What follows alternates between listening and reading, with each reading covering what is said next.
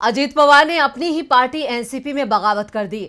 चाचा शरद पवार से अलग होकर वो एकनाथ शिंदे की सरकार में शामिल हो गए। शिंदे बीजेपी गठबंधन सरकार में उन्हें डिप्टी सीएम बना दिया गया है। एनसीपी ने कहा कि बागी 9 विधायकों को पार्टी से निकाल दिया गया है। वहीं आज सतारा में शरद पवार ने अपनी ताकत दिखाई है और बीजेपी और अजीत पवार को सीधी चुनौती दी है। तो क्या है पूरी खबर, देखते हैं ये रिपोर्ट। शरद पवार की पार्टी एनसीपी को उनके ही भतीजे अजीत पवार ने दो फाड़ कर दिया है।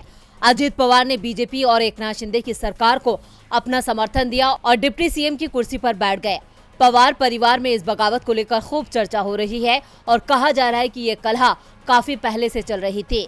इस पर अब एनसीपी चीफ शरद पवार ने करारा जवाब दिया है और सतारा में अपनी ताकत दिखाई है। सतारा में एनसीपी चीफ शरद पवार ने अपने गुरु YB चौहान को श्रद्धांजलि देते हुए नई शुरुआत का ऐलान किया है। आज शरद पवार की रैली में बड़ी संख्या में लोग जुटे हुए थे। रैली को संबोधित करते हुए शरद पवार ने कहा, धोखा देने वालों को बाजू में करके फिर महाराष्ट्र में घूमूंगा और नए लोगों को लेकर प्रगति पर ले जाने के लिए टीम बनाऊंगा। महाराष्ट्र के सतारा में एक जनसभा को संबोधित करते हुए एनसीपी चीफ शरद पवार ने कहा कि सभी को लोकतांत्रिक अधिकार के लिए कोशिश करनी चाहिए। राज्य में धार्मिक माहौल बिगाड़ने की कोशिश की जा रही है। उन्होंने बीजेपी पर निशाना साधते हुए कहा कि देश भर में विपक्ष की सरकार खत्म करने पर तुली है। उन्होंने ये भी कहा कि महाराष्ट्र में जातिवाद की राजनीति नहीं चलेगी। उन्होंने आगे कहा, हमारी विचारधारा सांप्रदायिकता और जातिवाद के खिलाफ है।